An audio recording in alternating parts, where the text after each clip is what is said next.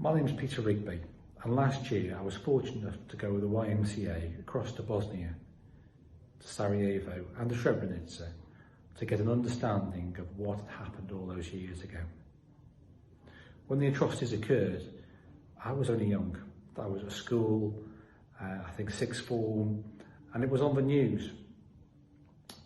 But it meant nothing to me because it was a long way away, a country which had no really impact on me.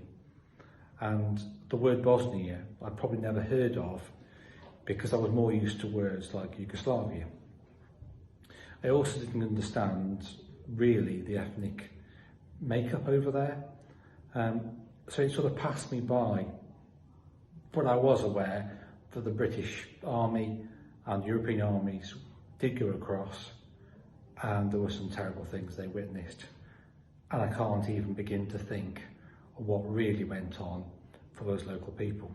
I think what shocked me the most was I had a preconception that it was all over and everybody was getting on and the matter had been resolved. And how wrong was I?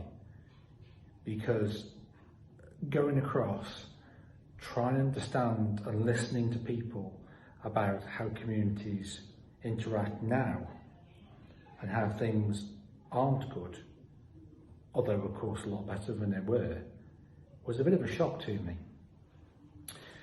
And I think one thing which struck home for me was when we were across talking to the mothers of Srebrenica, we were sat out on the balcony and I saw a police car drive past. And of course, being a police officer myself, you take an interest, and I looked across and they blew the horn. And I thought, that's very nice. They've obviously realised there's visitors in the town. And then they came back and did it again. And I thought that's really quite odd. And through the translator, it became apparent that actually this was almost intimidation. Intimidation for the visitors and the mothers of Srebrenica. And this was by the police. This wasn't the public, this was the police. And even now, thinking about it, I can't associate with that. Police protect all communities. So how is this still going on now?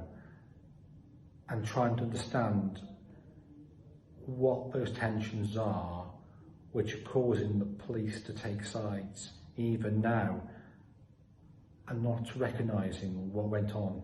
The other thing which surprised me was how beautiful Bosnia is. Again, I didn't really know much about the location, but it was stunning, and I would certainly recommend people go to visit the country and support the country in rebuilding itself, but also understanding what happened and respecting the terrible things which took place there. I think what I took away from the experience was the need to continue with educating people in my local communities, with the young people, about getting on with one another and how religion should not become a barrier between families. Community cohesion and respect for neighbours is so important. Understanding people's differences, whether it be religion, race, sexual orientation. Everybody has the right to live their life how they wish to, and no one's greater. We are all the same.